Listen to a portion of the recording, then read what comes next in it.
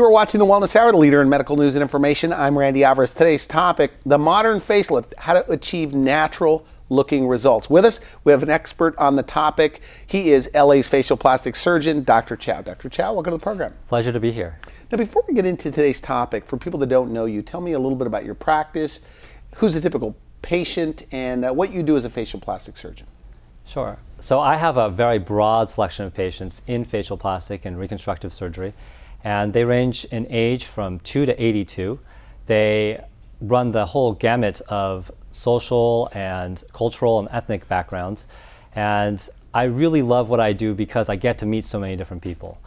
Frequently they're coming in because they're concerned about how old they look, how their face has really aged them. Some of them come in because they would like to reshape their nose. Many come in for eye lifts or eyelid surgery. Some want their ears corrected. Some would like their neck tightened. I see people for simple things like Botox and fillers such as Juvederm and Restylane and Radiesse. And then we go all the way to full facelifts and endoscopic brow lifts, endoscopic mid-face lifts, full lower facelifts, full neck lifts, ear pinning. There's really all sorts of different kinds of things that we're doing in our office, and I'm really excited to be here. Now, the people that are coming in for facial surgery, what are the age ranges of those people? And is it mostly women? Well, that's the thing. About 5 years ago, I would say almost entirely women.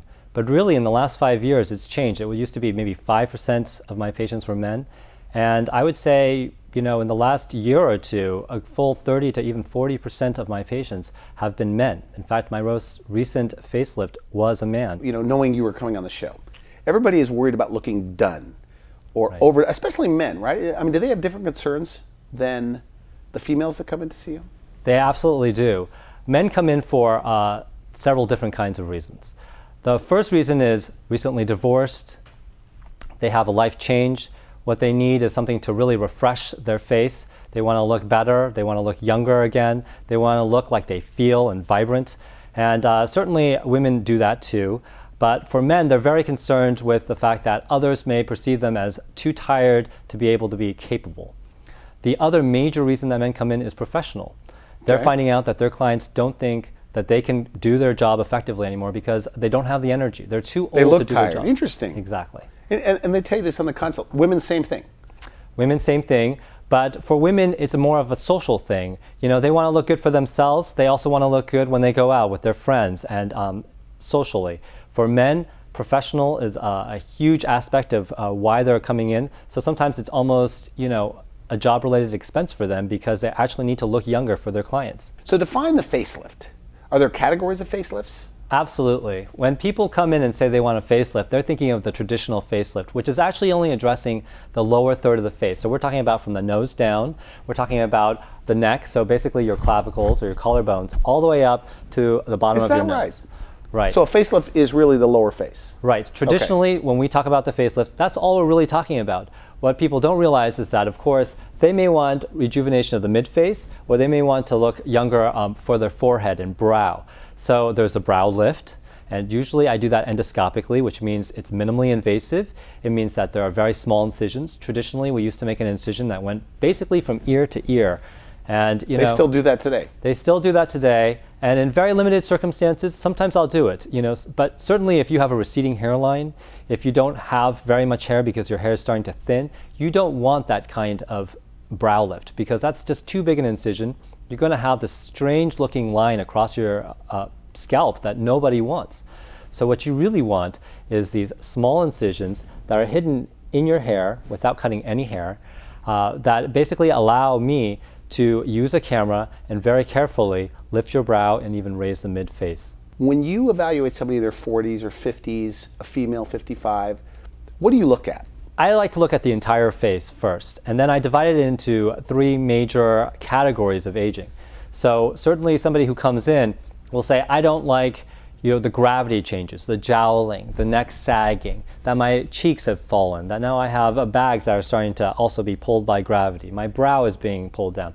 And that's really the gravity component of aging. But when you think about the three parts of aging, you've only talked about 1/3 of aging at that point. There's still 2/3 of aging that you have not addressed. And sometimes when you only address that first third, you really don't get to the root of the issue. The other two parts, the first one would be volume loss. As we get older, we start looking more skeletal, we start looking more gaunt, and really, even if you gain weight, all that weight goes where we don't want it. You know, it goes to our waistline, it goes down. It never seems to stay in our face. Really what we want is that baby fat. When you talk about somebody who has chubby cheeks, you're talking about a young person. When you think of, you know, your average 90-year-old, they look very gaunt, and that's because they've lost all that volume. So restoring that volume, whether it's with fat transfer, which we now know has stem cells in it, can really help the skin, which I'll talk about in a moment. Okay. Or by using more temporary things like fillers that have really no downtime, what we want to do is restore that volume to your face. So certainly we want to reverse gravity, but we also need to restore volume. And that's the second component. Okay. The third component is going to be what your skin looks like.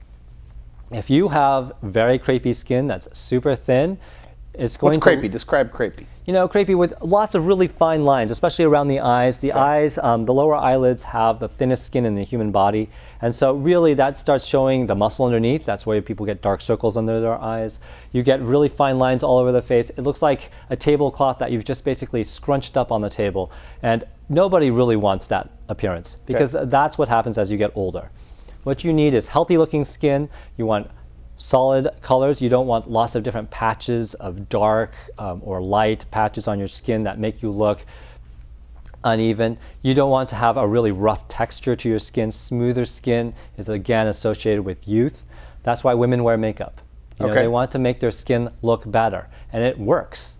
And so by improving skin, by adding volume where you need it, and by reversing the effects of gravity, then we really address all the issues. So you do all of those things and address all of those things in your office. That's right. Do people on a consult, do the women say they want to look prettier, younger, rested? What do they say? What do they want?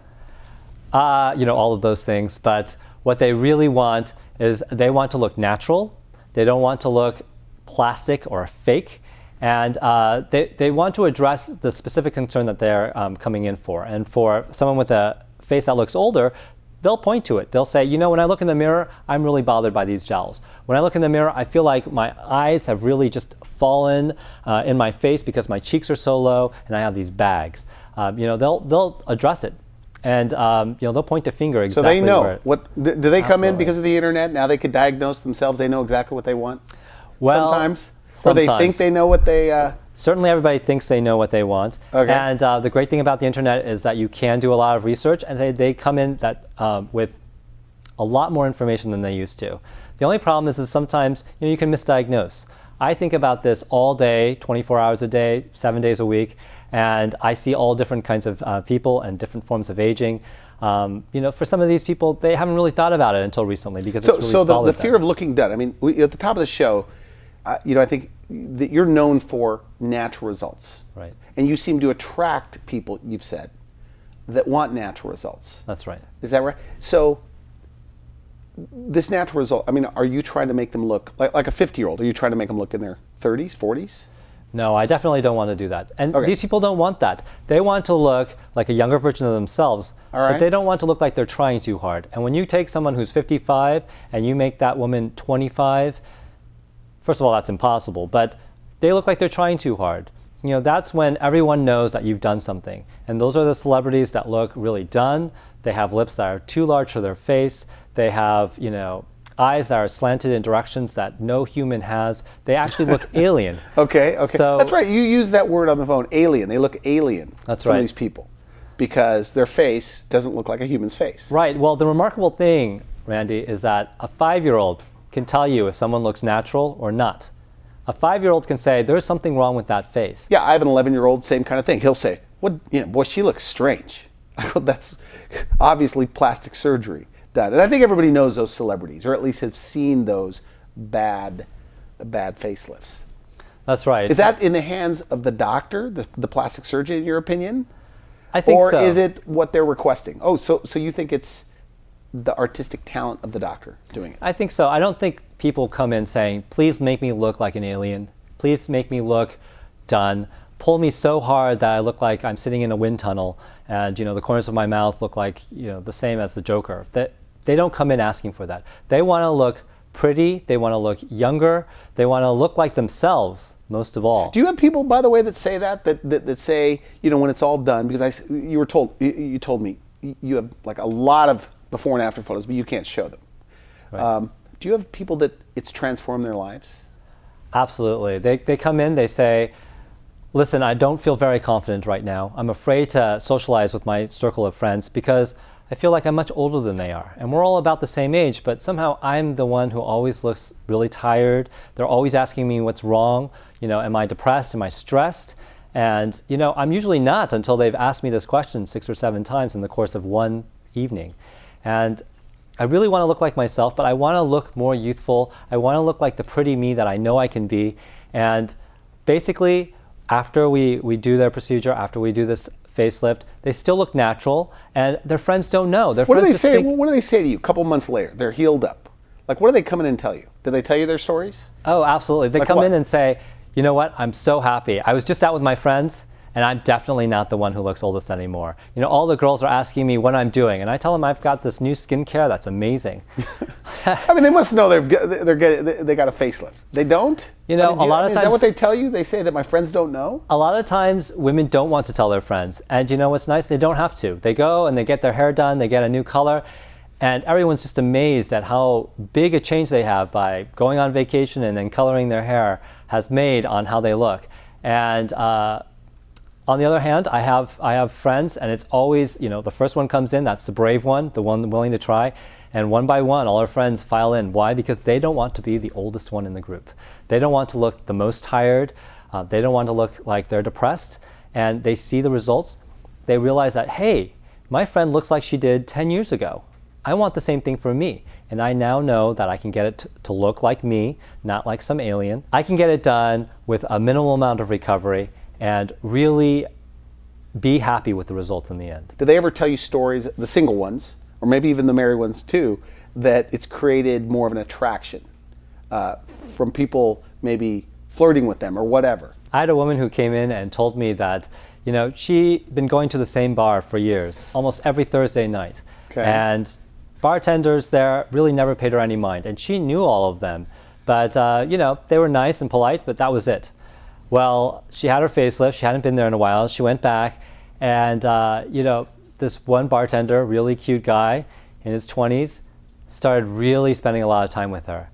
And it took him a while to realize that, she was the same woman, but she looked much younger. And he was very interested. He was apparently flirting with her. They tell you this, though. They tell you this on the Oh, yeah. They come back and they're very happy. They tell me all these stories. So tell me this, by the way, because, I think I told you in my green room, a publisher of a well-known magazine everybody's heard of, she told me that after her facelift, because I couldn't believe she had a facelift. I said, whoever did that is very, very good job. But she told me, she said, because that when she looks in the mirror, she sees the younger version of herself, and she started doing things that she used to do, like playing tennis. She just felt younger. Do you hear that? And what's your take on that? I do. I have people who come in. Is that a common occurrence? I think it's more common than we think. Okay. People come in, they've really withdrawn into themselves because even though they feel good on the inside, no one sees it. And as a result, because no one sees it, they start thinking, well, maybe I shouldn't be out on the golf course. Maybe I shouldn't be out playing tennis. What about this economy? Why invest in your face? And people just tuning in, we're talking about the modern facelift, from endoscopic to liquid facelifts to fillers and things like that. And Dr. Chow here is a board-certified facial plastic surgeon, known for getting natural results. But what do you say to the guy that tells me, Randy, I need a referral for a plastic surgeon? And he says, but he goes, I don't really want a referral. He goes, because I don't want her to look odd. He goes, I don't want her to look done, right? Right. So what do you say to that man? That is, because I'm sure men talk women out of facelifts all the time, right? That's true. That's true. Men and women have different viewpoints on things. And for men, as a man, I can definitely say this, we're very egocentric in certain ways. And we think, well, I love this woman. I think she looks great. I care about her. I don't think she needs anything done, because all I can think of is, gosh, she's going to have to go through surgery. Okay. What men don't realize, and what took me a long time to realize, is that women aren't just doing it for the men in their lives. they're doing it for themselves. They want to feel confident again. They Good, want to okay. feel like themselves again, and they've lost some of that over the years. And it's very difficult for men to understand that. But I will tell you, I have men all the time. Some have even come in and threatened me with bodily harm if I do anything to their girlfriend or wives. But once they see the transformation and they realize it's not just on the outside, it's this person who's now, that they really care about, feels much more confident, is much happier, has come out of a shell that's been created over years. They come in and they're always with their wife and they're in agreement that this was a great idea. And that's always afterwards. They don't know it beforehand. It takes a little bit of convincing beforehand, but they're really happy So a good afterwards, facelift is one that people, even your own friends, don't know. Is that right? And do That's you right. think there's a lot of people, maybe even women I know, in LA that have a facelift? I think They're there are 50, far more. and maybe I just don't realize it. I think there are far more than anyone realizes. Yeah, if your Really? friend starts looking really, really good, it's probably not that special new cream she's using. Now, for the sake of time, we're just about out of time. You brought some photos. What are we looking at? Well, here's a woman, Randy, who comes in. She's like a lot of the patients that I see. And she comes in, she feels good on the inside. She's got a vibrant How personality. old approximately? She's in her 60s already. Okay. Okay. And she feels great. She's still active. She loves to do things and loves to get out. But everyone's telling her that she's too tired. She wants to look younger. She wants to be more social. She wants to get out there again. And this is everybody. I mean, at 62 years old, right. this is pretty much what happens, right? It really is. Okay. It really is. And unfortunately, people are in much better health these days than they used to be 30, 40 years ago. They feel great, but they still look the same. And as a result, they still get treated that way. When I see a woman like this, I get pretty excited because I think she's going to get a great result from her facelift. And so with her, we're going to address some of the skin changes she has around her mouth. She has some fine lines and wrinkles, so we're going to dermabrade that area. We're going to do a facelift that lifts the cheeks, it lifts the jowls, it lifts the neck. And by tightening all those areas, by lifting all those areas into a natural position where she used to be, I think she's going to get it. So the after, let's take a look. Okay, so this is what she looks like from the front afterwards. And as you can see, she still looks like herself. Under the eyes, completely different. Right, so now her cheeks have really moved up. She's got much less, banding. She doesn't look tired. She doesn't look depressed. She looks like she did, 10, 15 years ago. I think that she looks natural. If you walked past her on the street, you might look twice because she's got pretty piercing blue eyes. But you wouldn't look twice because, gosh, that person looks like she's plastic or alien. You don't expect. On a job interview, I was thinking about this as you were talking earlier. In this economy, but if these two people, even though they're the same people, right, are applying for a job, everything's equal, same personality. Who do you hire? You hire the one that looks with more energy. So you have a side view. Let's take a look at the side view. Right. So here's how she looked before the surgery, and you can see she just really does look tired. And she if you saw her at a party, you would say, gosh, she's got almost a turkey neck there. And then you can see she's starting to get her jawline back after surgery. She doesn't look like she's trying too hard. She doesn't look like somebody who, went and had everything pulled so tightly that now she has no lines on her face, because 5-year-olds have lines on their faces. Why shouldn't someone who's, several decades older than that also have lines of expression on their face? What does she say? Anything come to mind? Do you remember? She's much happier because now she can come out of her shell. She can be herself again. She doesn't have to react to the rest of the world treating her like she's someone who's too old.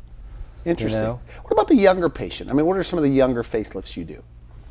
So sometimes I have patients who come in and they may have just passed 40 and they don't have significant signs of aging like this woman did, but they're really getting bothered by it, and it's usually very pinpoint. And this is where those mini facelifts come in. This is where they can get great results with limited downtime because they're busy. They're very active people. They're very busy at work. They have a big social life. They don't want huge amounts of downtime. So what you want is you want to do a facelift that will help them to address that area, which is usually they start getting some jowling and their neck is a little lax. And you want to tighten that area with the smallest incision possible around the ear, and give them small recovery, small amount of bruising, decreased swelling, and get them back to the normal. Now, one life. of the things that you told me in my green room is that maybe your patients, I don't want to put words in your mouth, but I think you said yours have lower downtime than most surgeons, than other surgeons. That means less bruising, things like this. You take longer, maybe more meticulous. Right. Well, I learned a couple of things. One was that my staff gets horrified when occasionally we have a patient who had surgery elsewhere and then for whatever reason ends up in my office for care, after a surgery, maybe just 2 weeks after a facelift. And my staff get horrified. They think that something's gone horribly wrong because these patients tend to be very swollen. There's a lot of bruising. Sometimes they have, huge black eyes, even though no eye surgery was done. And they think everything's wrong, and I tell them this is actually normal. The reason that they have this reaction is because my facelifts, my endoscopic brow lifts, my mid-facelifts do not have that level of swelling and bruising. And so they're used to my normal. I think I just spend more time and effort being very meticulous and minimizing any kind of bleeding during the surgery, minimizing the amount of, redraping of the tissues I do. I do exactly what's necessary. I don't do what some folks do, which is, I want to do this as fast as possible because I've got 10 more people lined up after you. When I'm doing your surgery, I don't care about anything else going on. I only care that we do a great job, that we get exactly what you wanted. I don't care how long it takes. Okay, so you're in Arcadia. You tell me, big Asian population. Tell me about the Asian facelift. Some of their, are they the same? Are they different? You said they're a little bit different. They are. Asians don't age the same way that most Westerners might age. In other words, Westerners age more in the lower face. They start getting jowls and a lot of neck laxity. And while there are definitely the same things that happen in Asians, frequently they don't have the same aging pattern, and maybe the middle part of the face may age much faster. So for us, we don't have the same high cheekbones, and so sometimes, as everything drops, we start really looking old in the middle part of the face. And so what we really need is the endoscopic mid-facelift, where we raise the cheeks back to their old position. So what do? You go in with scopes? That's right. I make these small incisions on either side, hidden in the hair. We don't cut any hair when I do this. And then I make really, really tiny incisions in order to actually put in the camera. And I use special endoscopic instruments.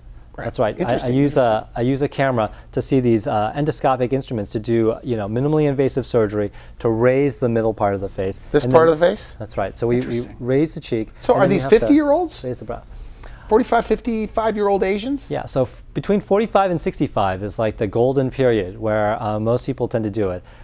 I would say it skews more towards around 50. That's probably the most common age, but definitely between 45 and 65 is the biggest number of Asian women, especially, who come in. Eyes, and I guess one of your specialties with the Asian eye.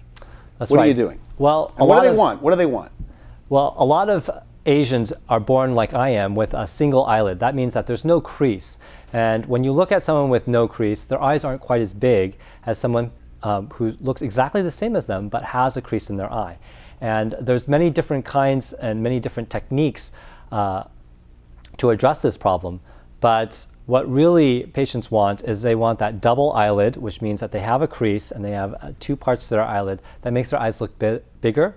Some people think that it's westernizing the eyelid, but that's far from the truth. They don't want to look Western. They want to look like the almost 50% of Asians who are born with that double eyelid.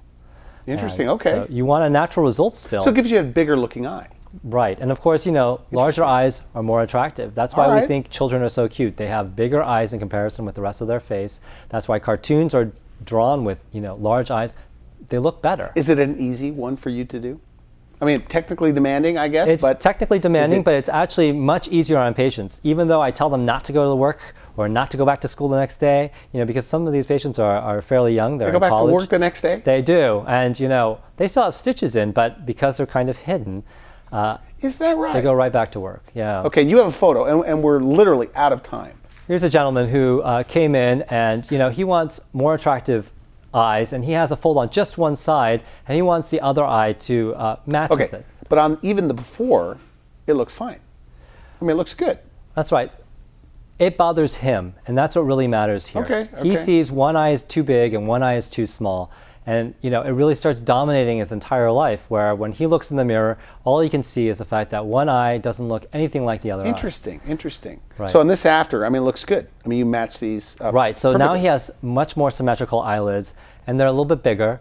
So we made them a little bit bigger, but it's subtle. He doesn't want all his friends to know he had surgery. He wants to nobody look would good know, obviously, without anybody knowing. And so that's the key to double eyelid surgery. You don't want everyone to know that you've put a crease in your eyelid. So 50% of the Asian population that you see have, like you do, like you mentioned you do, not much of a double lid, you call it? That's right. They have a single solid eyelid like I do. There's no crease. You do these a fold. lot? I mean, is this a very popular procedure in your practice? It's a very popular procedure. It's fairly quick, and like I said, some people go back to work the next day. They don't wait.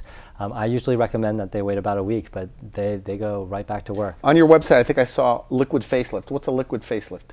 Liquid facelift is a great way to get rejuvenation of your face without any surgery. So the reason it's a liquid facelift is that we use things like Botox and fillers like Juvederm, Restylane, Radiesse to fill the creases and. Can you make somebody look 5 years younger? Absolutely. The right candidate? 5 years and 15 minutes. It's amazing. They have no downtime. They can put on makeup before they walk out of the office. They basically come in. It takes longer to talk about it than to actually perform the procedure. So they may spend a half hour finding out about their options and learning that they can have this done. And then it takes less than 15 minutes frequently to do the entire liquid facelift. And they put on some makeup before they leave. They're ready to go back to work. We're out of time. Final message though, somebody watching this, they don't like the way they're aging. But maybe they're afraid. They're afraid to look, looking done. They're afraid of a surgical procedure. What do you say to them? I would say come in and we'll sit down, we'll have a chat. It'll be very, very easy to do. There's no risk involved, and you'll learn a lot more about your own face and what can be done to rejuvenate it. We'll look at pictures together. We'll look at people who look like you, and we'll look at how they've had improvements in their face. And, you might just want facelift. Facial plastic surgeon, do you have some sort of a bias where you think that you have maybe as good as or better training than somebody that's not a facial plastic surgeon? I think by super specializing, you really get a significant amount of expertise. If you're generalized and you do a little of everything, you're a jack of all trades, you're a master of none. Okay, good. So you think you're at the top of the game for facelifts? Are you as good as the best guys out there? Let me get you to brag about yourself a little bit. I mean, do you secretly believe that? I do. I think I get great looking natural results. Okay, great. I want to thank you for coming on the show. Very interesting. Great job. You've been watching The Wellness Hour, leader in medical news and information. I'm Randy Alvarez. If you'd like to see this interview again online, visit our website at wellnesshour.com and just put in Dr. Chow and you'll find him there. For now, I wish you good health. Thanks for watching The Wellness Hour, the leader in medical news with your host, Randy Alvarez, the authority on health issues.